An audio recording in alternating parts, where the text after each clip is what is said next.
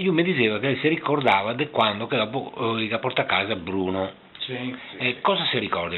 È stata una roba, perché l'ho portato a casa su 4 ore, mi ricordo, e poi diciamo, l'ho messo sulla una toela in entrata e mia mamma si era messo a nettarlo, a pulirlo, perché e dopo dovremmo infarinare davanti che aveva fatto una cassa di là.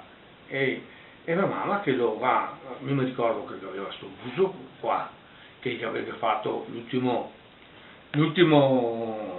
secondo che il colpo di grazia, così che dice, colpo di grazia, e dopo che aveva altri cose qua. Ora, io mi ricordo che era là che mi diceva, mi ricordo che mi racciapava, mi ha detto dimmi che non sei io, perché come posso dire, a me non veniva a parlare, si rendeva conto che gli era morto, diceva non è vero, non sei io, io sbagliavo a portarmi a casa, e invece non era vero. E purtroppo era vero, perché non fu stato vero. E là è stato vegliato poi dalla gente?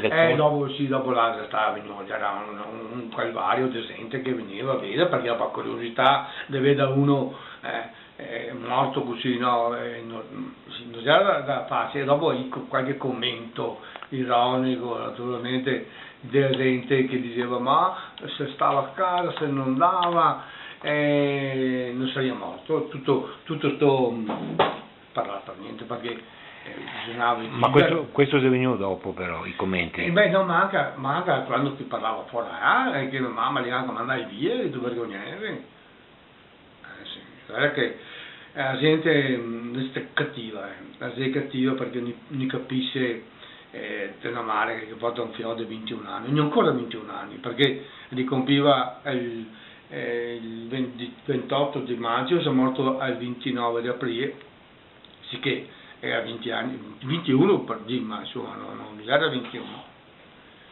Sì, non sta un bel momento ancora, perché dopo andava avanti per 3 notti si gassa a chiamarlo, non si dormiva più, mio fratello che diceva mamma basta, dobbiamo andare a dormire, ma cioè chi sei che ti fermi, ma sta una roba, insomma, è un momento commovente, perché di 7 anni non ti rendi conto. E in più sti commenti proprio commenti che mia mamma, questi discorsi che diceva, ha detto no, non metto a fotografia perché avevo solo da dire che poteva stare a casa, e ora ha detto no, che metto a foto, dopo il sindaco di Zero che mi ha insistito, che è ancora da farlo perché non riesco, adesso non riesco ai comuni.